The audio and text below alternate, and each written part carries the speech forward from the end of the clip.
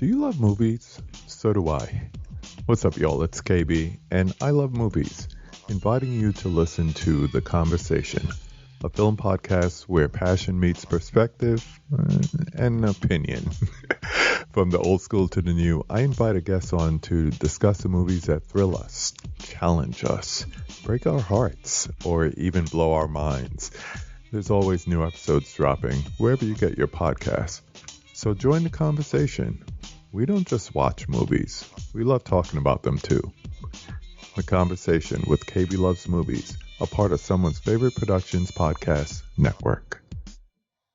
Hello, my name is Kevin Tudor, and I'm one of the three hosts of Almost Major, a film podcast dissecting many major indie studios and the films they release. Every week, myself, Charlie Nash, and Bryden Doyle discuss overlooked, forgotten, or bona fide classic indie films via studio-specific miniseries. We've previously covered numerous films from Artisan Entertainment, Lionsgate Films, and New Line Cinema. Titles including The Blair Witch Project, American Psycho, Dogville, But I'm a Cheerleader, Saw, Requiem for a Dream, and Ringmaster, you know, the Jerry Springer film. Anyways, we have a fun time every week, and we hope you will join us. Subscribe to Almost Major wherever you get your podcasts. Now proudly a part of the Someone's Favorite Productions podcast network.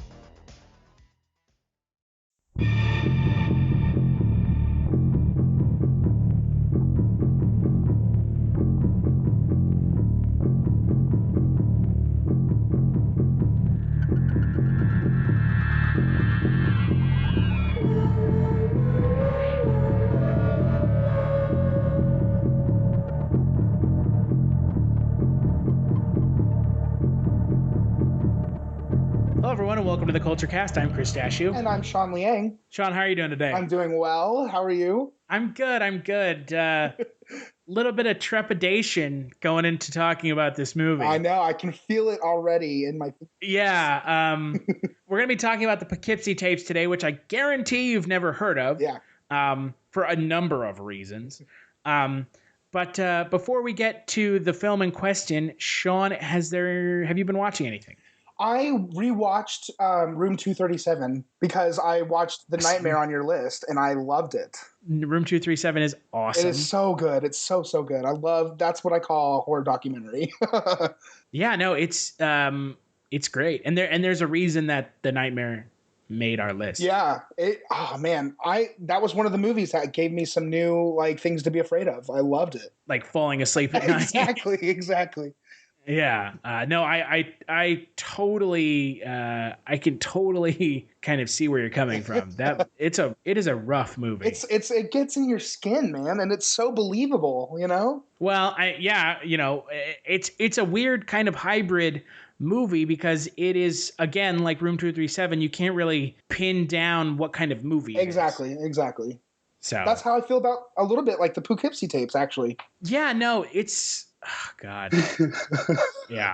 As for me, I haven't been watching anything that we're not going to be talking about, so there's no point in talking about what I've been watching. Makes sense. Because we're going to be talking. It's a little sneak peek for The Nightmare. Yeah, right? Oh, yeah. No, The Nightmare is awesome. Make sure to catch that Kulturecast later this month. It's going to be tasty.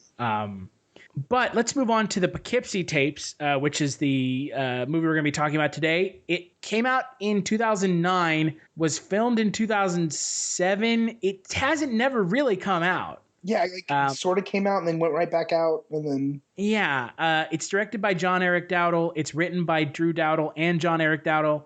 It stars Stacy Chbosky, who I spoke with, and we'll play that interview here in a little bit. Ben Messmer, Samantha Robson. No one in this movie is someone that you've seen before for the most part. I wanted to ask you about that actually, because I was looking some stuff up, and I don't know if I think it's on Box Office Mojo or maybe it's on Rotten Tomatoes, but it says Luke Wilson is in this movie, and is that true? No, it's not. Okay. I don't know where that's coming from. Okay, because I would have believed it. There was like the interview they do in the Florida. I thought it was him, but anyway, that's good to know. And the IMDb synopsis for the film is: in an abandoned house in Poughkeepsie, New York, murder investigators uncover hundreds of tapes showing decades of a serial killer's work. Please, do something. If it's a missing person, we have to wait 24 hours. No, there is blood out there. Send the police now. Today, police made a shocking discovery in Poughkeepsie.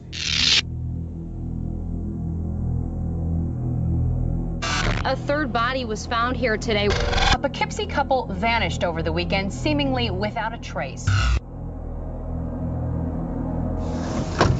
Do you mind if I film this? I'm making a little movie about my trip.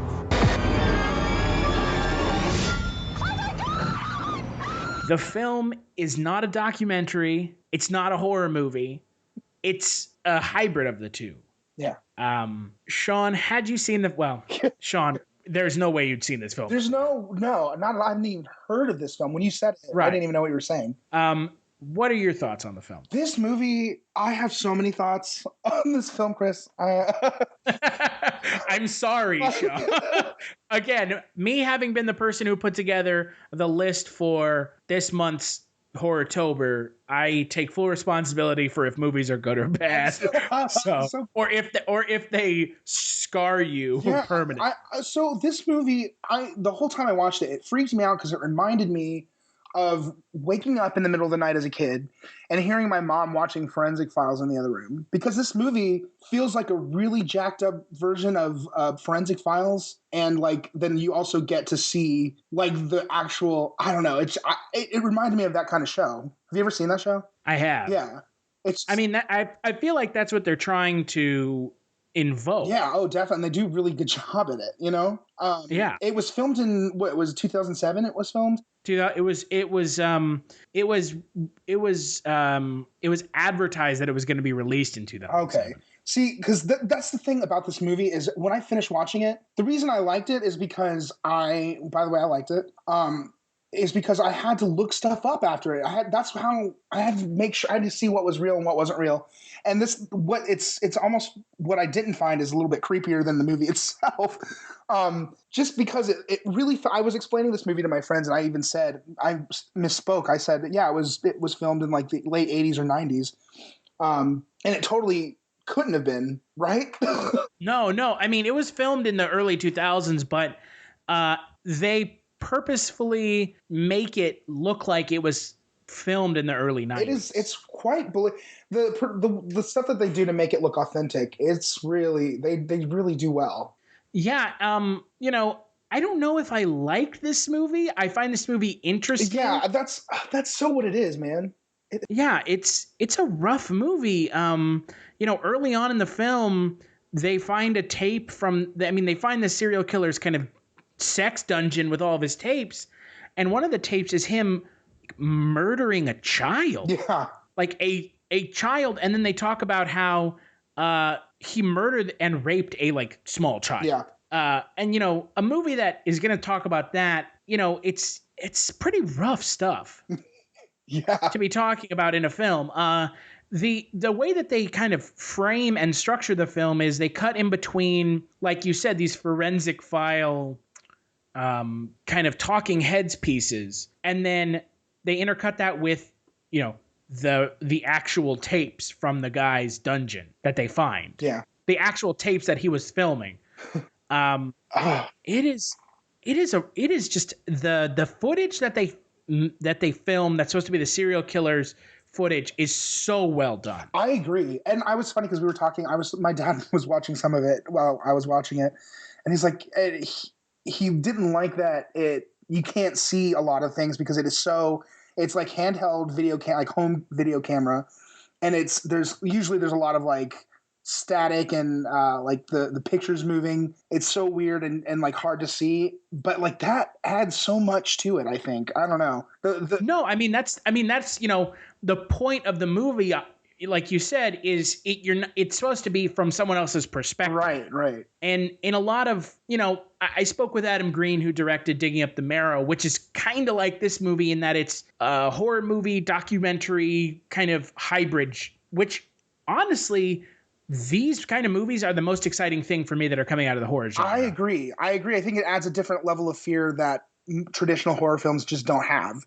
Right. I mean, this one, which is that like tangible quality of, exactly, is this real? Is this not real? I'm like, what am I watching here? This director is creating something that is kind of dangerous. Yeah, it is. It is in the sense that I looked up to see if this was a real murderer. You know what I mean? Mm-hmm. And that's what's scary is that it fits. I mean, it fits any serial killer you can come up with in your mind. You know what I mean? It's really frightening because I had to look up if it's real or not, and that's an accomplishment to me. I think it's really they did something and it worked. And the ability for the director to do that, and the brothers who wrote the film to make you question the reality of what they're doing, means that they've struck a nerve. Oh yeah. And that it feels, because of, we kind of have this conversation where, movies with big budgets, they don't look as polished as other movies. If this movie had a big budget, I wouldn't believe anything. No way. No, you don't want to see it look polished. You know what I mean? That's what makes it, the roughness, the rawness, and it adds to the violence that you see on the tapes themselves. I mean, there's something even more visceral about it. Of course, because it's like a handheld camera, it's a home camera, but it's also the way, and you don't even see a whole lot of the tapes at a time. Like, they'll just show you clips from his tapes, but the torture scenes, man, they are so real looking, and the way that he handles her, that's, credit to those actors. And to be fair, the movie doesn't show a whole lot. Right, it doesn't. A lot of it is left to your imagination. Or the kind of the FBI interviews and. Yeah, the FBI people that they talk to, like the profilers, they explain more of what's going on than even what you see. Yeah, and that to me is just such a great way of being able to show and talk about these horrible things without having to spend the money to make a practical effect. Yeah, that's true. Because at one point, a woman and her husband are. Oh, yeah. Captured by him, and her husband's head is cut off and sewn inside of her stomach. Yeah, like that. Just the story details are terrifying. Yeah, it's horrible. But they don't show it. I mean, they kind of show it kind of in a dark, grainy, in the sex basement, but you don't see him doing it. Right. It's more the fact that you know what's happening. Right. And you can sort of hear the audio was a huge, oh my God. That was a really good. I mean, that just because a lot of, like you said, a lot of it you can't see anything, but you can hear screams and oh my gosh. And like you were saying, the performers in the movie are kind of the ones that are just the talking heads. They're not given a whole lot to do. Let's be honest. Right. They're just talking heads, and they exist for the sole purpose of giving you exposition. Right. And they're believable as FBI profilers or morticians or the people who work at the morgue. Yeah. The real standout in this film, and I think she's going to get both of our best performances of the film, is Stacy Chbosky as Cheryl Dempsey. What her character is put through in the film is absolutely horrifying. Yeah. She sells it, girl. She sells it. Oh, she totally does. Oh, it's her scream, man. She should get an award for that alone, because it's so unnerving to hear her. Just the interaction between the two of them. But when she's tied up on that table, he doesn't even touch her. But it's terrifying. You know what I mean? And it's so well done too. Yeah. When Stacy Chbosky, who's playing Cheryl Dempsey, is going through all of this torture, she sells it, like you said. She sells it so well that you believe it. Yeah. Oh, yeah. And if someone else who was in that role didn't fully commit, I don't think it would have been nearly as successful. It absolutely would not, and that's why it was those tapes. I mean, it's like, I don't even know how to explain it. It's just listening to their. You can tell it's not scripted, some of it, and you can tell when they. I don't know. She just. I can't praise her enough for.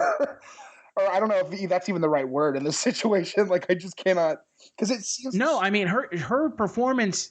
She is really put through the ringer in the film. It's really hard. It's rough. I mean, it's a rough. Her performance in this movie must have been rough. Oh yeah. And so what ends up happening to her character is, not to spoil too much, because I think this movie needs to be experienced. Yeah, you have to get it the way it comes. Right, and normally, we have a kind of 5-year limitation on spoilers. So if the movie's older than 5 years, we just kind of spoil it. Right. This movie technically didn't come out until last year on DirecTV Video on Demand. And then it was pulled a month later, and because they wanted a bigger release. Yeah. So this movie's been kind of languishing in development release hell for the last almost decade. Yeah, now. it's been a while. It's hard to find this movie. Yeah. If you can find it, watch it. But not to give too much about what happens to her character away, she is kidnapped and broken as a human being. That's a great word for it. She is like broken. Yeah. She's stripped down to like the very core of like, it is awful. It's like I mean, you hear about this kind of stuff happen. Right. In real life. I mean, this is not a lot of what this movie plays on is stuff that's happened in real life. I mean, BTK was capturing women and sexually molesting them and murdering them. You had Ted Bundy, who was sneaking into college girls' dorms and raping and murdering them. I mean, this movie is essentially, the classics serial killer. All the classic serial killers that one thinks of when they think of serial killers rolled into one. Yeah, I think, and that's what, I mean, I think the talking heads, that aspect, the interview aspect, or like the post-mortem, I would say, of these murders, that's what kind of adds to the terror of that builds this serial killer, this character, and they kind of like explain how he's almost superhuman in the way he thinks. I think maybe there was, I guess it was the dismemberment guy, or I don't remember. One of the interviews, they talk about how it was the profiler. He was saying how he was so difficult. This serial killer is so difficult to profile because he purposefully changes his MO. Yeah, it changes the way he even does it so that they don't even know if he's if it's a new guy. They can't even. So like they would say in the movie, like one particular incident doesn't look like he had done this before, and like just these profiles are completely different. So he masterfully disguises himself in the way he does the murders. Right. So like that adds an element of fear that you wouldn't get from watching a slasher movie, because we're analyzing the serial killer, and we wouldn't get that analysis from just watching a 90-minute movie, but we're being told this now. And that adds so much, because the next thing you see is him talking to like these two little girls, right? Oh, and that scene, holy shit. Oh, the tension is insane because this guy's crazy. God. And then I don't want to spoil the reveal in that scene, but the reveal in that scene is even worse. Yeah, oh man.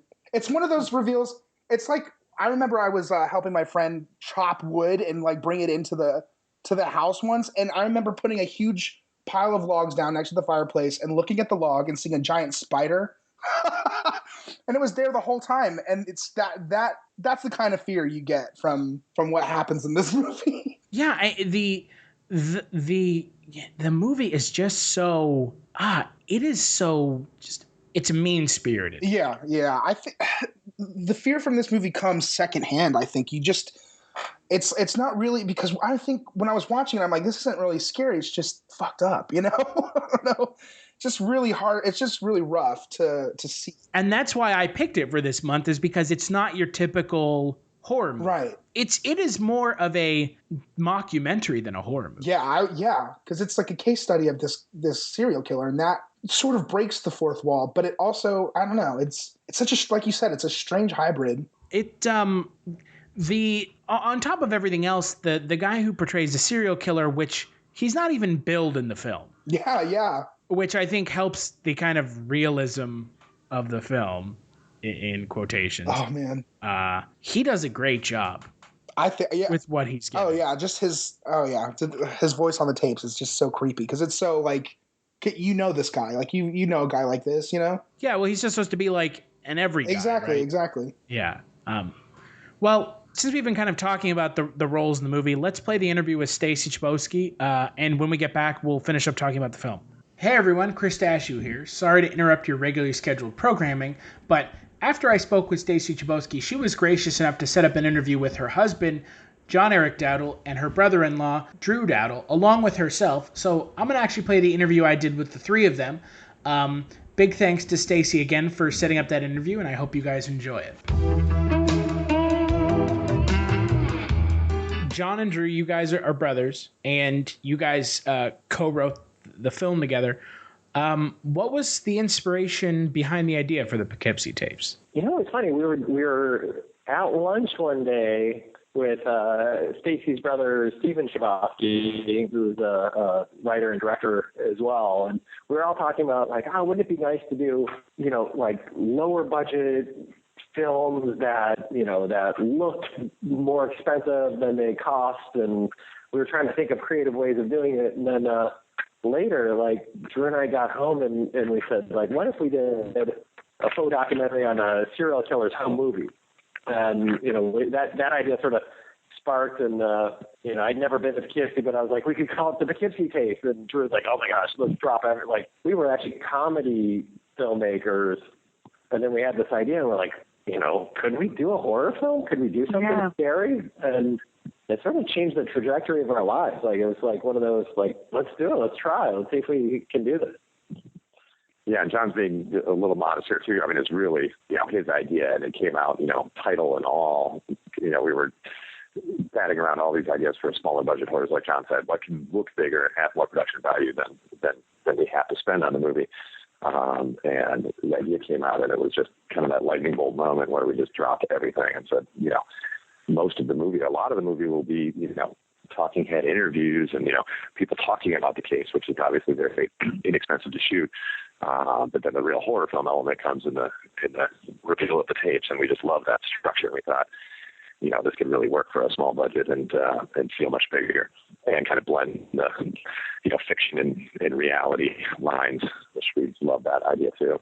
You had said too, it was one of those ideas that, as soon as you pitched it to people, they got it right away. Like, their eyes would glaze over, and they'd go in their own mind, like, serial killer's home movie. And they, within seconds, would go like, oh my God, Everybody has their own. It's like what the pitch is supposed to be. When people can basically, they go, oh, I could, they can write a movie in their own head, which I think means you have a good idea.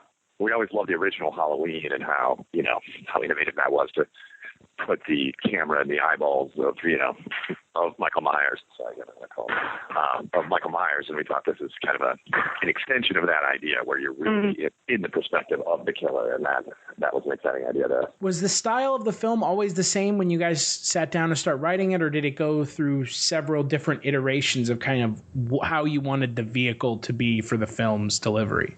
It was pretty close. The talking heads, I'd say there was maybe a higher percentage of the film was talking heads, and we realized, like, you just can't sit there looking at talking heads that long. It just, but the killer's tapes, like, we originally thought we would use the talking heads to sort of sell the reality of the killer's tapes, but the killer's tapes played so much more real than the talking heads that we realized we sort of had our balance a little wrong. So we leaned a little more towards the tapes, and away from the talking heads. But yeah, that, I mean, it was pretty close to what we scripted. Yeah. It ended up shorter than what was scripted, but you're right, John. I think a lot of what was cut out was more of the talking heads and the analysis of the tapes versus the tapes themselves. And, but it always worked, no matter what the length or the proportion was. And we always liked that the audience would feel somewhat safe in a talking head environment where they're watching a documentary, and then bam, you'd get, thrust right back into a horror film. And that transition was always jarring in a good way, I think. And how long was the process for you guys to write the initial script for the film? It was pretty fast, actually. It was we did a ton of research on serial killers, which is like the darkest thing to really delve into. And I was having like kind of fever dreams and wasn't able to sleep much. And that was really dark. The research portion of this was really interesting, but really dark. And we've been decluttering. John and I are married, and we've been decluttering our garage. He's like, what am I going to do with these 1,000 serial killer books? Do I have to keep these? Yeah, now we have little kids. I'm like, I don't want them stumbling across photos of dead bodies in these books. I'm like, but then you give them to Goodwill and like, that's a donation. It's like a bag full of serial killer books. Like, here you go, That's all. Some future serial killer out there is going to go to Goodwill and hit the jackpot. But yeah, I mean, it was funny. Drew and I were on a film festival tour with a comedy we had done called The Dry Spell. And about halfway, we premiered it at Slamdance in January 2005. And about June or so, we're like, we're not going to sell this movie. Like, and we're going to have to go back to the investors and say, sorry, we didn't make any of the money back. And then we came up with this idea. We said, well, let's make another movie before everyone realizes we lost their money on the previous movie.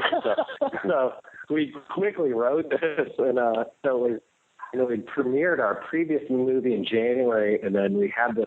We were in pre-production at this time in 2005, so it was October. So 3 or 4 months, probably we wrote it. Yeah, we did pre-pro. Yeah, we were raising money with a business plan and a full script by June, I think it was. It was very quick, and as John said, it was so much research-based, and, I'd come over every morning to John and Stacy's apartment, and John's like, oh, my God, you got to listen to this, story about Edward Kemper, and, like, every morning I was like, oh, my God, it's weird. I haven't had coffee yet. It's so awful.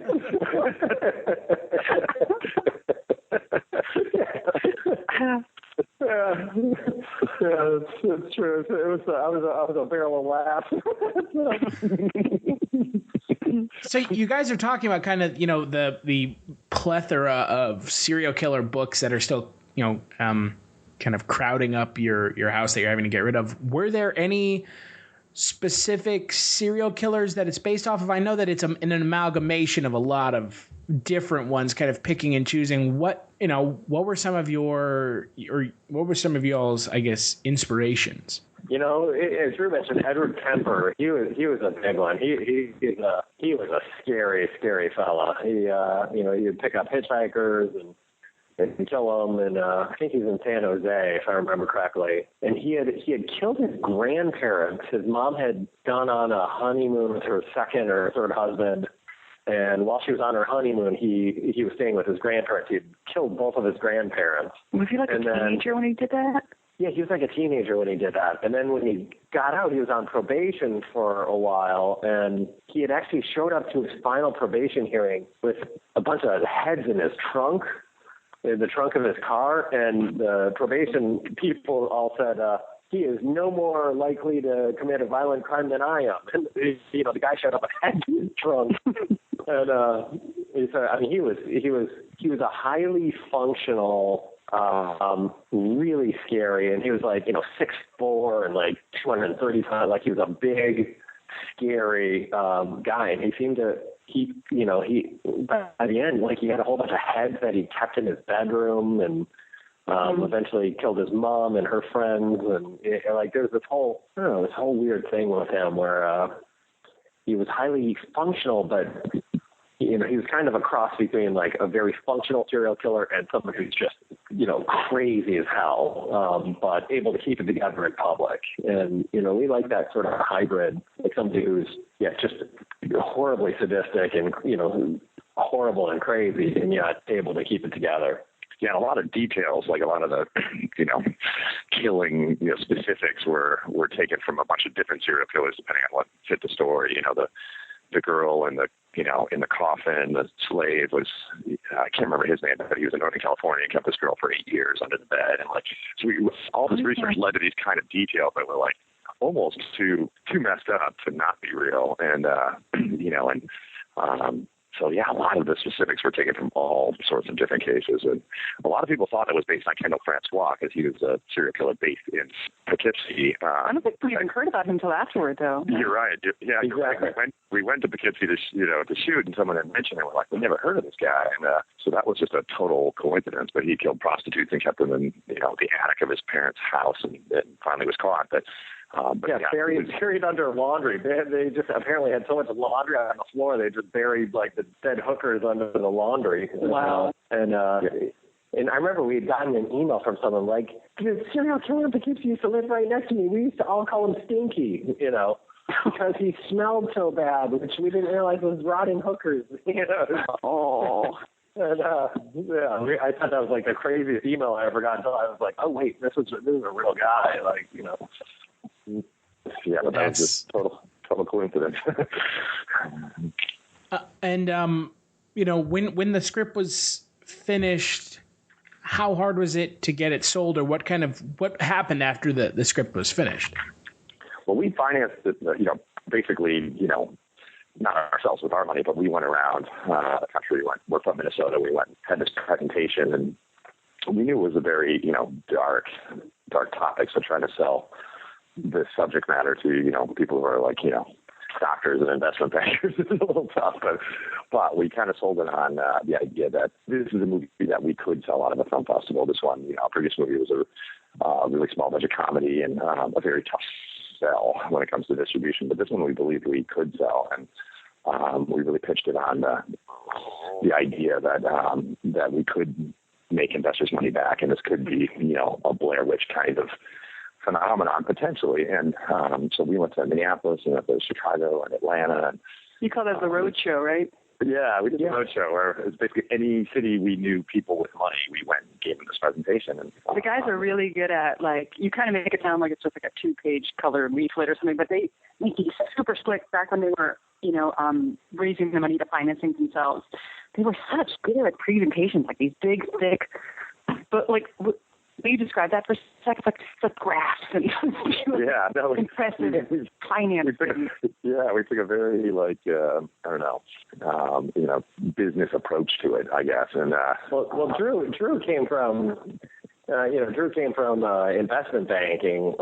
He sort of went the business route, and I went the film school route when we met back together. But he had, he's like, we should do like an offering memorandum like we would do for, to sell a company. And we did we put together a book, it's probably a 20-page book describing this film and compared to other films and other films in the space and other films and what they've sold for and what we believe it could do, and then part of it too is just selling the style and the idea that doctors and lawyers and stuff don't often get a chance to talk about the style of filmmaking, and so we had this kind of PowerPoint presentation where Drew would talk the business of it, and then I would come on and talk we wanted to do shoot it like Errol Morris shoots, the way he shoots with it in Terrortron, and we want to have people looking right into the camera and have this kind of B-roll and to talk through, we sort of did both sides of that for people. And I remember that was really fun. Yeah, I remember we had images from the fog of war, and we had a lot of imagery to show what the documentary side would look like, and then what also the killer's tapes would look like. And I think the part that investors, gravitated toward most was, we had a whole lineup of small budget horror films that had sold out of film festivals over the previous 5 years. And it was Saw was made for X and it sold for Y. And, Open Water was made for X and it sold for Y. And, we showed this is possible. It is possible to sell this film for a profit. And ultimately, people in that world, they want to know that that's at least a possibility, or we at least have a plan. And so bit by bit, it was a lot of, 25,000 from this guy and 10,000 from that guy. It was just cobbled together, and we made it for about $500,000. And that was, we shot the documentary stuff on film, and we shot the killer's tapes on video. And, so I think it was 15 days? Yeah, 15-day shoot. Yeah, 15-day shoot. But then when the film was done, selling it was a whole other matter. Even getting it into a festival was a little tough. It was so dark. And, we applied to Sundance and Slamdance, and we'd get actual personal replies from people saying, our selection committee was torn over this movie. Some people really like it, but some people really hate it. And we had one guy call and say, I don't see, he's the head of the San Francisco Indie Fest. He said, I love this movie, but there's no festival in the world that will ever program this movie. He's like, I'm sorry to New York City. Yeah. And then out of nowhere, it was kind of a random series of events, but the guy who was the head of the selection committee for the midnight section at Tribeca, his name's David Kwok. He had called our manager, who we had just signed with Circle of Confusion. He had called them and said, I'm not totally satisfied with the midnight section. The festival's in 6 weeks. Do you have anything that I may not have seen? And so we sent him the Poughkeepsie Tapes, and he called the next day and said, you're in. So it was a really weird. We were just doing 2 days of additional photography, so we kind of held off on submitting to more festivals because we wanted to redo the news footage, for example. It wasn't quite good enough. And, so, but then suddenly we were in Tribeca and we were moving at light speed to re-edit the film and get it ready for the festival. And then at the festival, I had really, I don't know, John, I feel like I'm talking too much maybe. No, it's great. It's great. Oh, yeah. At the festival, it was, it was the one film that sold out like crazy. Even before the festival started, all 5 screenings were sold out. And, so it was getting a lot of buzz, and then it got a really strong reaction, but none of the distributors bid that hard. And we had a couple really small offers that weren't great. And we left Tribeca with, again, a couple unimpressive offers in hand that we're not going to make our money back, but at least for something. And at least, companies that wanted to put it out. And then like 5 days after the festival's over, we were back in Los Angeles and got a call from our sales agent. It was one of those, are you sitting down calls. It was MGM. Eric Lomas at MGM had watched it on a flight home from the Cannes Film Festival and loved it and put in a big offer. And it was, I probably shouldn't say this publicly, but it was a lot more than our next best offer. And we were like on the road to closing with MGM then. So we got pretty lucky. Yeah, and it was, that for us was like the week. It had taken us like 10 years of making little movies and writing scripts and sending them out and just hustling, like trying to, neither of us had made, like any money filmmaking, and, it took like a decade plus, of just hustling and working and trying and, putting in the hours. And suddenly that week it was like we sold the Poughkeepsie Tapes. We went in to pitch for Quarantine and got that, which was super exciting based on the Poughkeepsie Tapes. And we signed with an agent. Like suddenly, It's like the most perfect week. Yeah, it's like the most perfect, like our lives changed dramatically in that 1 week. And it was nice too, like, being able to, like, these investors who believed in us, it felt good to, it was our second film together, my third film, and it was the first time was like we actually got to pay the investors back and be like, look, you made money, Yeah. Which is really, I don't know, just meant a lot to, finally be able to, pay back the investors. John and Drew, you guys mentioned that you hadn't done horror prior to the Poughkeepsie Tapes. It was more, you guys have been more working on comedy. What were y'all's influences when you were writing the film and getting ready to direct the film? What do you consider your influences, I guess?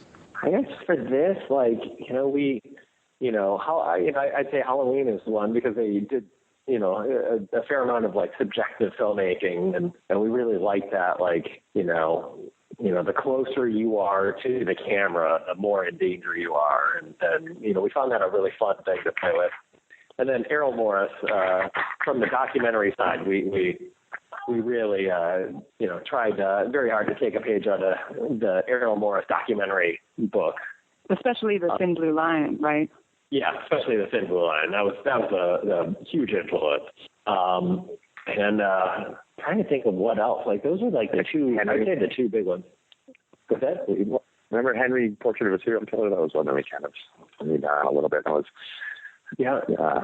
That was one we thought of early, but that one, to be perfectly candid, like that one just fills me with such a bad feeling.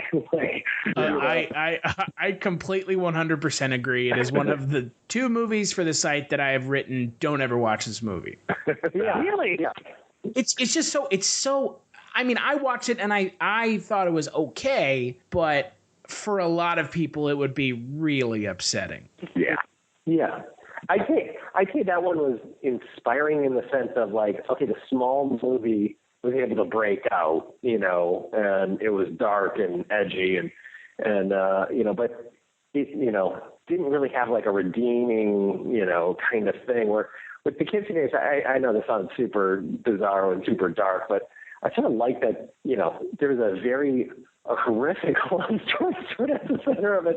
But, I mean, there was some, I don't know, a human relationship evolved over the course of that movie, even though it's totally sick and twisted, there is something to that I think, I don't know, that I personally like.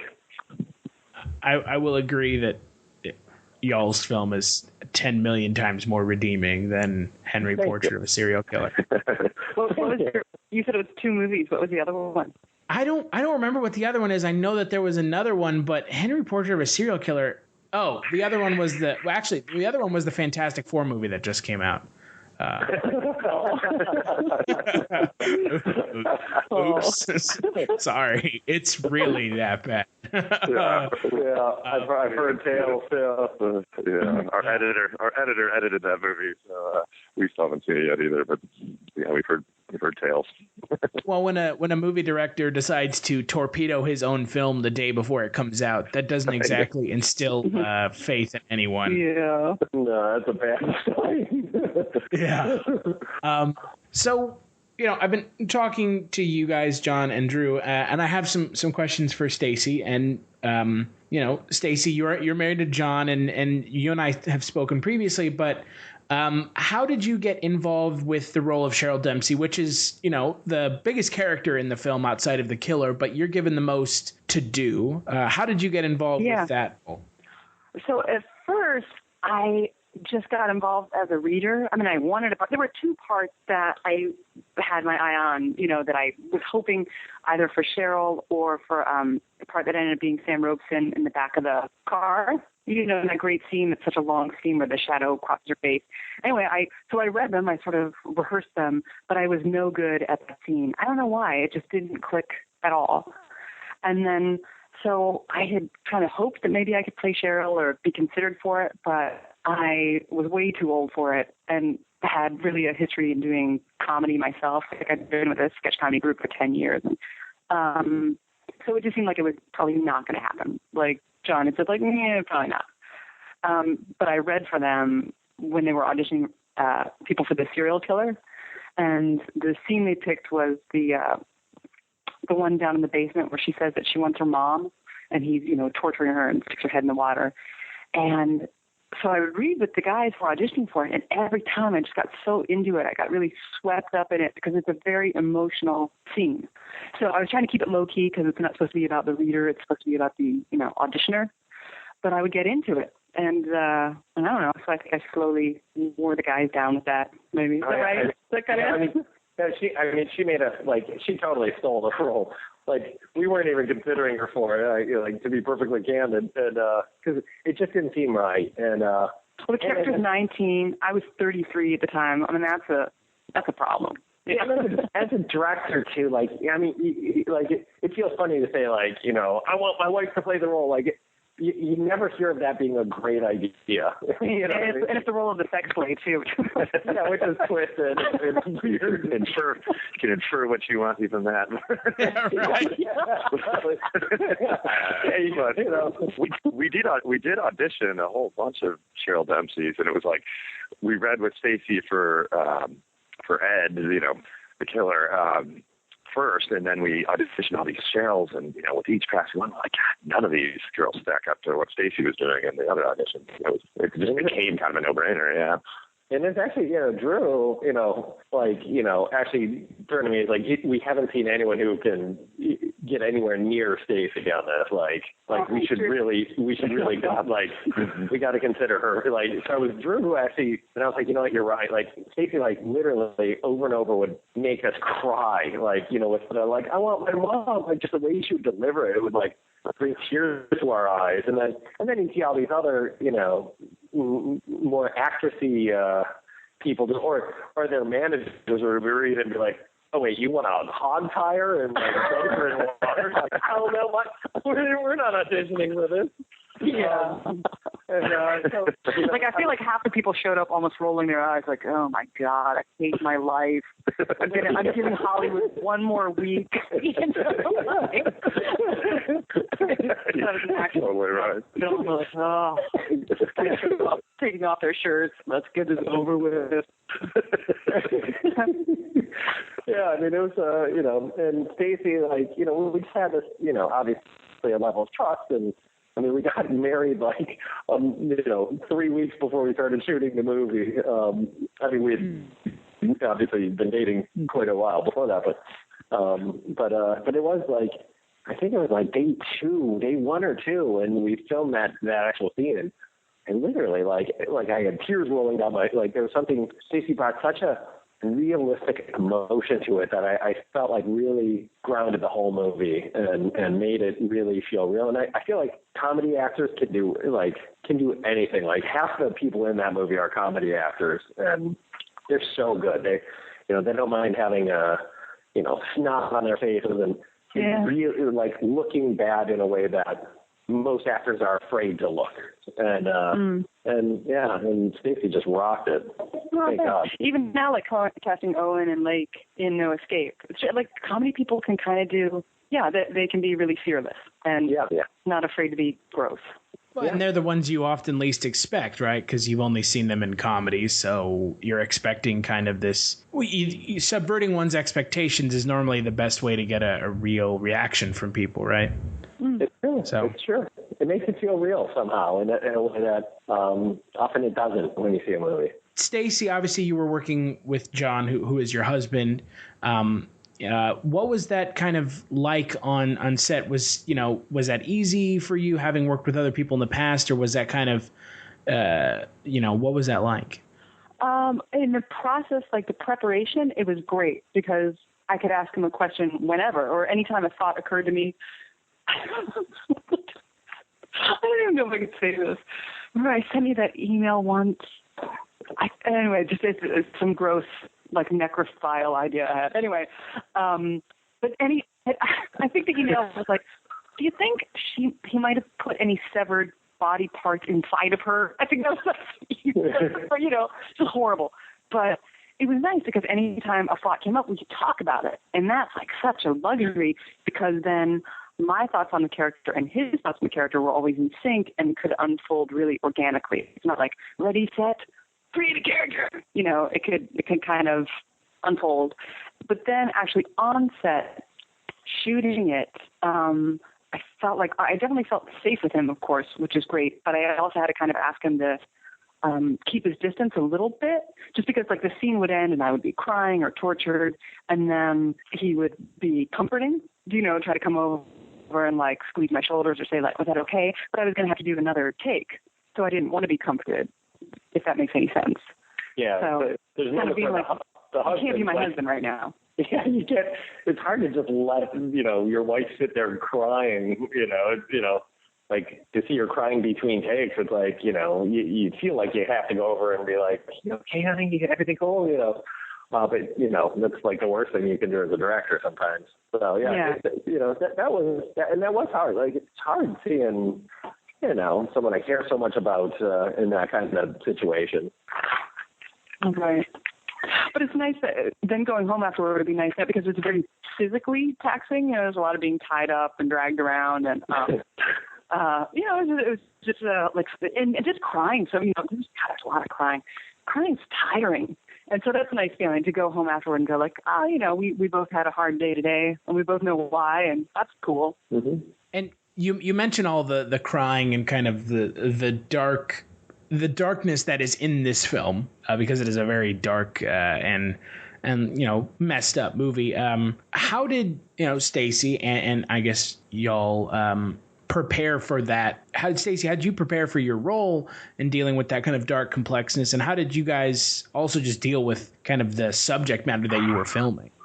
Yeah, I took like the whole I want my mom. Maybe it's just because I had done that scene so many times, auditioning people when it wasn't my role. So I would fantasize about like, if that was my role, this is what I would do. So I had a lot of time to covet the part and think about what I would do with it before I actually was cast in the part. And so I think maybe based on that, or just saying so much, I kind of took the idea of I want my mom as like the cornerstone of the character. I think before that, whenever I was working on characters, I would try to complicate them. I always wanted them to be very intelligent and, have a lot of, and I just thought, wow, that's such a simple, honest reaction. And to say that you want your mom and to cry like a little child, and then to actually say that to the person who kidnapped you. Do you know what I mean? There's something really open about that.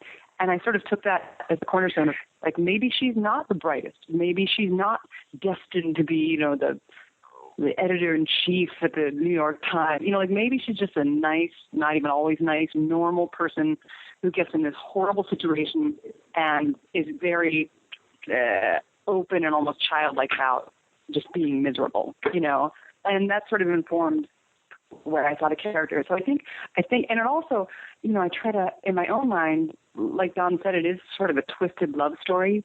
So, like, why her? Why does he pick her? Out of all the people that he killed quickly, why is there just one person that he keeps alive for 8 years? Like, what's the connection? And in my own mind, at least, it had something to do with that kind of childlike openness. So whenever I could lean into that choice, I did. Yeah, that's cool. And from a character standpoint, for the character of Ed, the serial killer, one of the, like, I guess not people, but we had the meanest cat, like Schlitz was our cat, and he was like Stone Cold Killer. Like, he'd just go out and kill stuff and bring it home and swallow it whole, and it was like disgusting and horrible.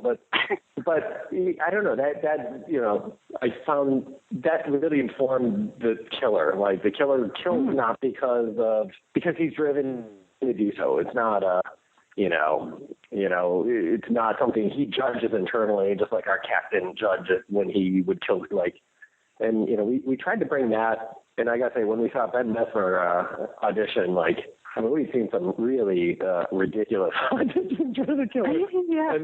And then Ben showed up, and he had so much fun with it. Like, he enjoyed himself as he was doing these creepy things, and doing it with such glee. Like, like, this was the best part of his day, was doing these horrible things, and that really, like, what did he say when he showed up? He's like, "Oh yeah, I was rehearsing this all morning at a playground and surrounded by kids. It's delightful." Like, he just has this great, weird sense of humor, and he's just such, he's just perfect. He's big and kind of lumbering and able to get theatrical. Like, I don't know. He's such a good actor too. Such a good actor, and he was also, had a smaller part in the quarantine as well. And yeah, he's just wonderful.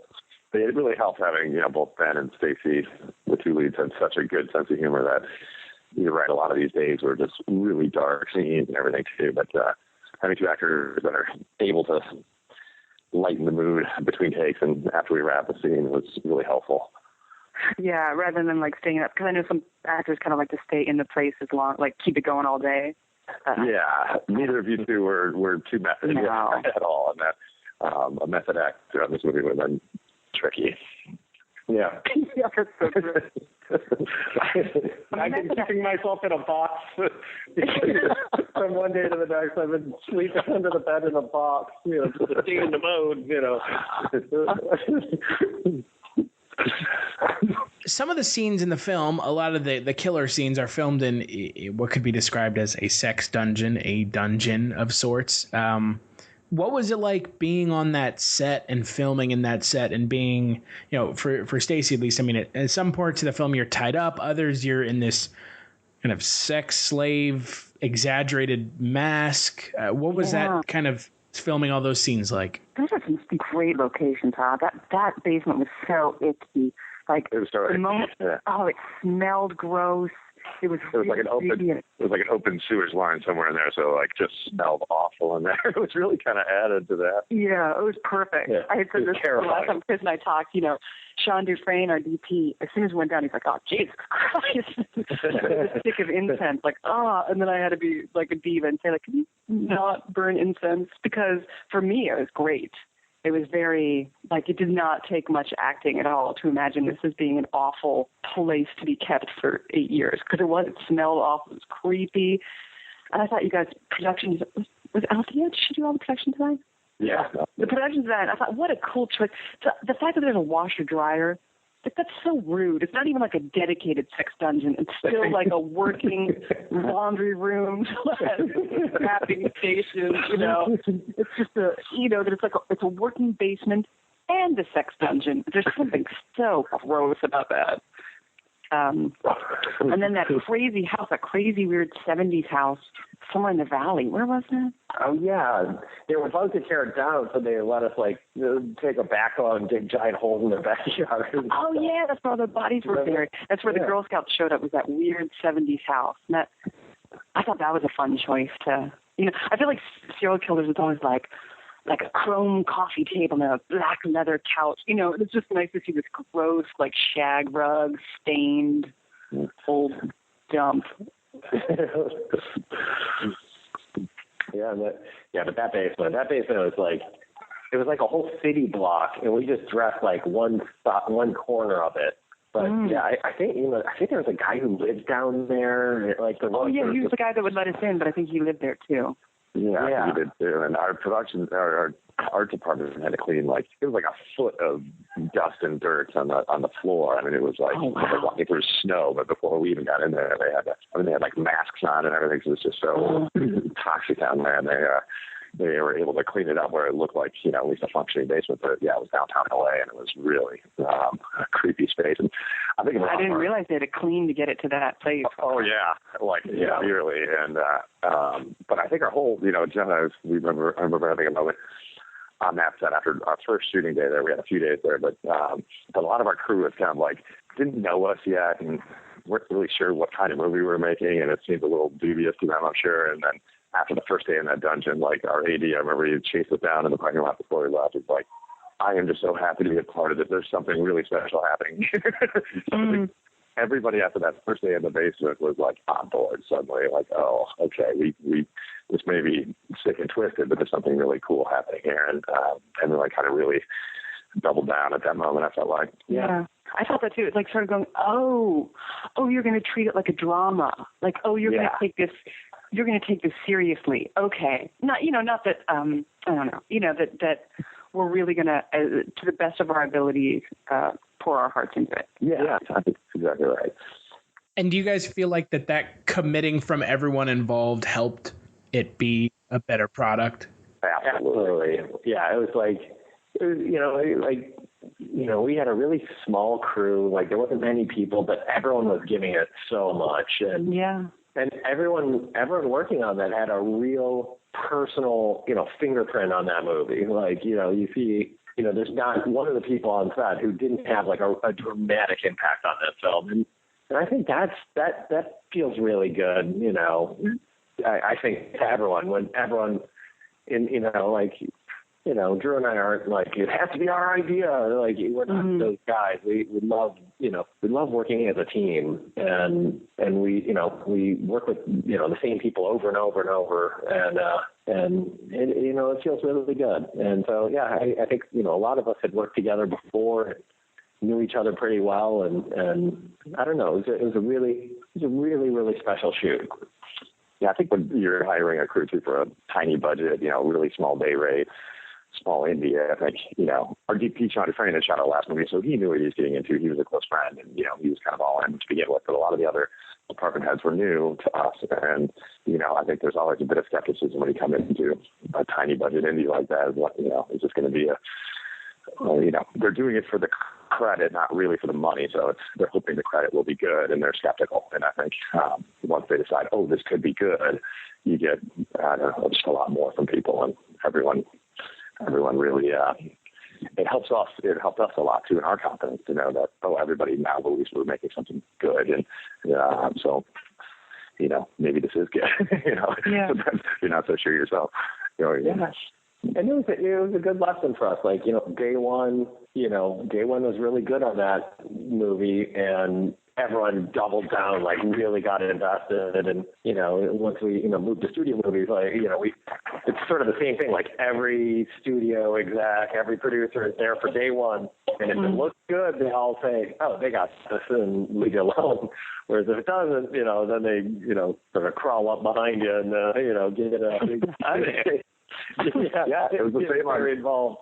It was the same on, No Escape, with Owen in a, dramatic thriller. It was we shot, I'm not sure if you've seen that movie, but we shot the pool scene where Owen gets his daughter out of the pool. That was day one, and it was anyone there watching or anyone who saw the dailies immediately had this oh shit, Owen's great, and he's got it. Totally gonna work, and now we're gonna walk away and let these guys just do their thing. And the day one is really critical. You're right. Mm-hmm. For each of you personally, what are your kind of favorite scene of the film, favorite kind of moment, or even the scene that you're most proud of? I would say for me the scene. I love Stacy's performance and stuff throughout the movie, and but I would say that the one scene that I really feel proud of is there's that scene where Samantha Robeson is in the back of the car kind of looks like a cop car, and it's basically a 6-minute long close up. And it, you know, it was the kind of thing, you know, it was hard to see on the monitors, and it wasn't working. And then we finally got to a take where the sun was going down, so we're like, I don't think we can even shoot anymore. And like half of it, her face is in shadow, and half of it, her face is out of shadow.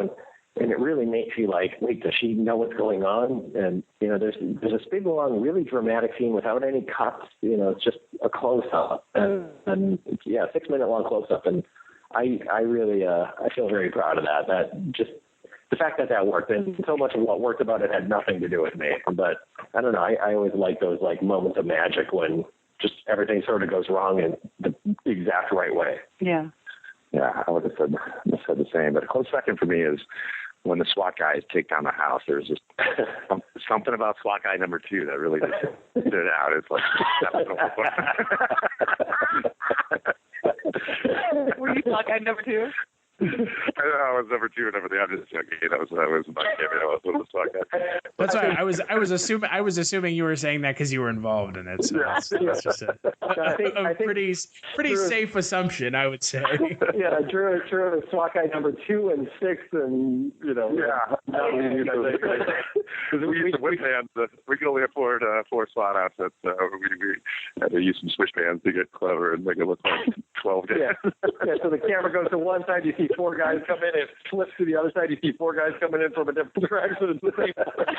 We just whip the camera around, and then you see more guys coming in. You know, those SWAT uniforms are pricey. You know. I would say, no, a serious answer, I'd say one of the scenes that I thought really turned out great was the cemetery scene where Stacy was brave enough to crawl down into a grave that we dug into a broken casket. You know, that scene where you hear the car start and the rope gets taut and pulls her body out. There's something about that scene that I just thought worked so great, and it was, you know, it had to be such a terrifying scene for Stacy, which I feel apologetic, but we convinced, you know, a cemetery here in Los Angeles to dig a grave for us, and we buried a coffin in there, and we put dirt all around it and broke it. Like, we did it for, you know, like for real, and that was one of those moments like, I can't believe someone let us do this.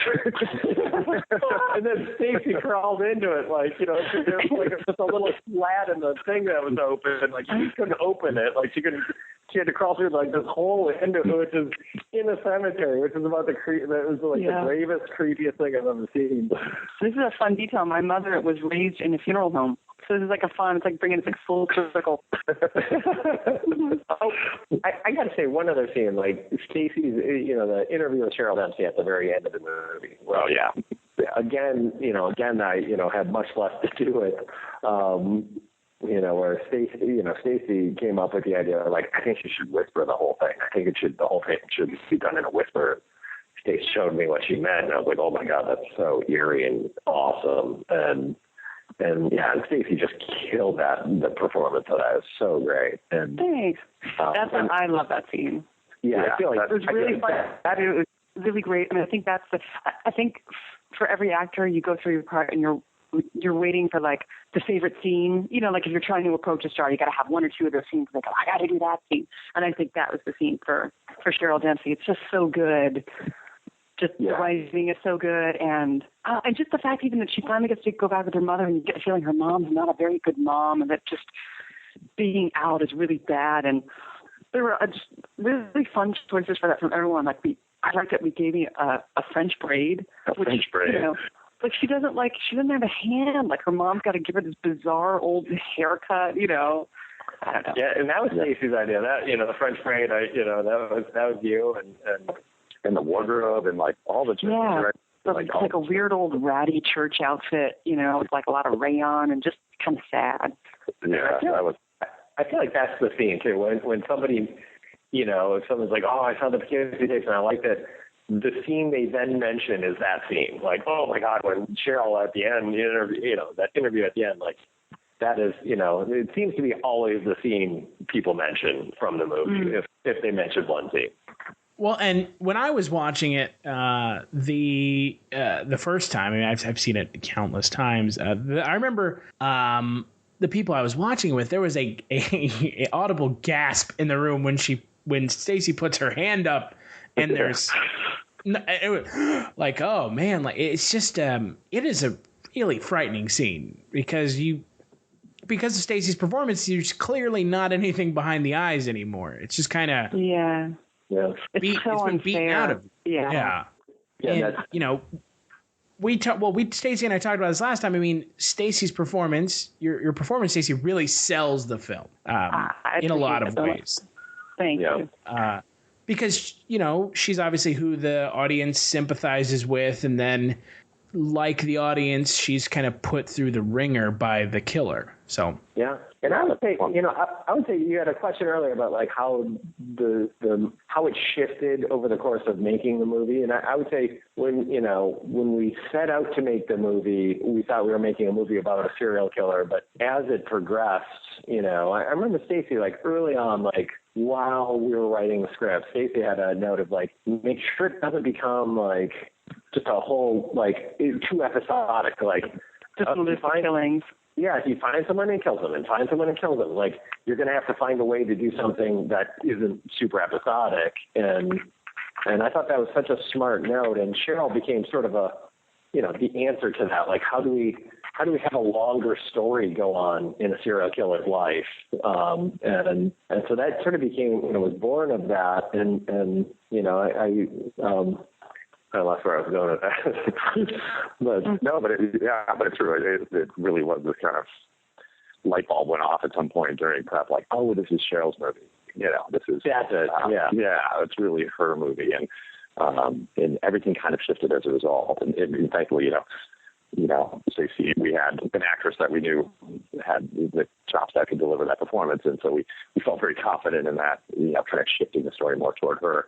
And at the end, it's, I mean, that scene, that's the best scene in the movie, I think, and it really lands when we spent more time with Cheryl and Cheryl's mom and kind of where she came from, and I think you added the suicide and stuff, that like bring that right up from the top, like knowing she's dead from the top. Right? Was that was a change, wasn't it? That was yeah.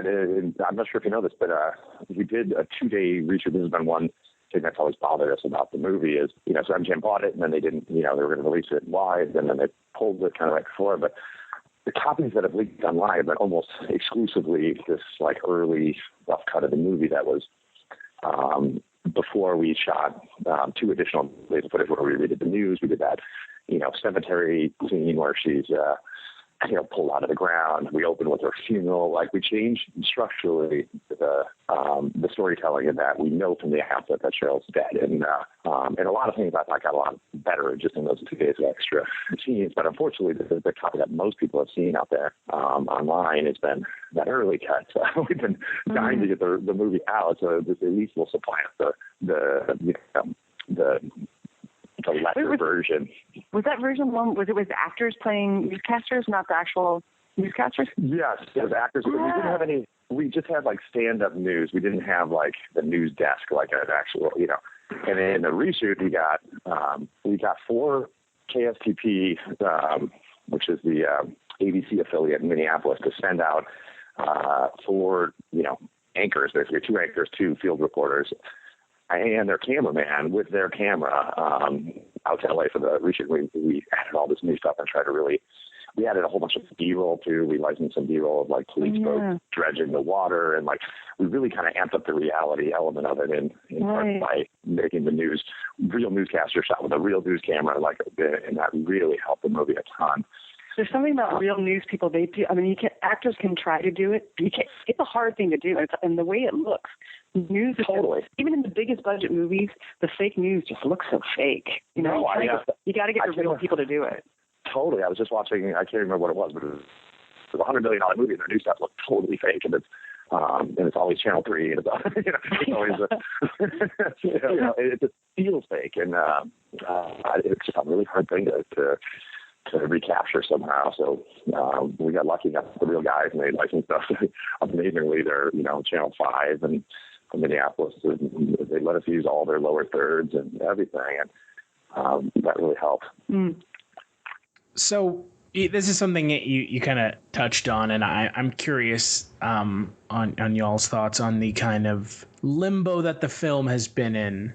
And people obviously seeing it, when someone watches the film, you know that they probably illegally downloaded it. Or up until last year, it was illegally downloaded because that was the only way to get a hold of it. Up until last month, I think. Or right? Up until a month ago. Like, it was out a year ago for like 2 days, and they were like, yeah, that's right. Whoa. But they were still talking. I was gonna say they were still talking this past year about doing like a 15 theater limited theatrical and then VOD. That was still like a discussion over at MGM, and we weren't even pushing it all that hard. Of course, we wanted to do that, but we just kind of we stopped believing what they were telling us a long time ago, and that discussion was still happening. So they yanked it. There was an accident that it ended up out there for a day, and then they pulled it back because they still wanted to do the theatrical, and then it just kind of, unbeknownst to us, ended up on Epic's TV here a few weeks ago, which is fine, but we didn't even know. Like there wasn't even a phone call, which is kind of weird. Well, it's like they don't even know. What I'm gathering is like they sell a whole bunch of old titles in their library to someone, and they have no idea what's going to happen. I don't even know when it's going to be out on VOD or iTunes or anything. I still don't know that. Maybe somebody does, but I don't. Do people have Epics? We have Epics. I DVR'd it. We haven't watched it yet, but. Yeah, that's done. I don't have cable. So. But I'm sorry, you have your car. But back to the pirate. Like frankly, Drew and I toyed with the idea. We're like, I don't mind people see. Like it was nice having people see the movie, but it was like, but it was the pirated version was a rough cut, and we're like. I wish they were leaking the right version of the movie. Like, Drew and I are like, how could we leak the right version so people are at least pirating the right version without getting caught where it would be untraceable? And it just felt wrong to do. Like, to pirate your own movie felt wrong or something. But we were, frankly, at the end of the day, like, you make movies to be seen, and however that happens, I don't, I like it better when people, can rent or buy, our stuff. But, in that circumstance, I was like, I'd rather have it pirated than not seen, Yeah, totally. I think it's fun, too, because people have to partake in a criminal act just to see it, which sets the right mood, I feel like. That's true. That's a good point. That's true. And it gives it a seedy element, which I like. Yeah, No Escape was out on Pirate Bay now, and everyone was watching that one. That would bother me a little bit because it's not even out on VOD, but it's going to be soon, and that would be a little more troublesome. But, after MGM yanked it and 2 years went by, and there's pretty much no more hope of it coming out in theaters, we just thought, just put it out anywhere, any way you want. Just throw it on VOD. That doesn't cost anything. Just do it. And then couple more years roll by, and then it became like, we just want people to see this thing, and I don't care how they watch it. And like John said, we just want them to be watching the right version, because we felt like the final cut was a significant improvement. And like we said, we changed the story, much more towards Cheryl, and, the knowledge of her death is right out of, the opening of the movie. There's some fundamental changes that we felt were, made it a much different experience. So, watching the right version was all we cared about. We really didn't care how people got a hold of it. And I can admit that I haven't seen the version that you guys are talking about, obviously. I know. That's like what's gone down. What have you seen? You're like, this is terrible. No, I mean... One that's on there right now, on top of the fact that it's the wrong movie, it's like 480p quality. Like, it's like, it really looks like someone like, which kind of helps with the movie, but it looks like someone ripped it off of like a Betamax. Yeah. Which I bet it's like something like what happened where, Wow. Yeah, it was ripped off a rough cut, which was what we submitted to some early festivals. And so my assumption is that it was a festival screener, an early festival screener. That would make sense.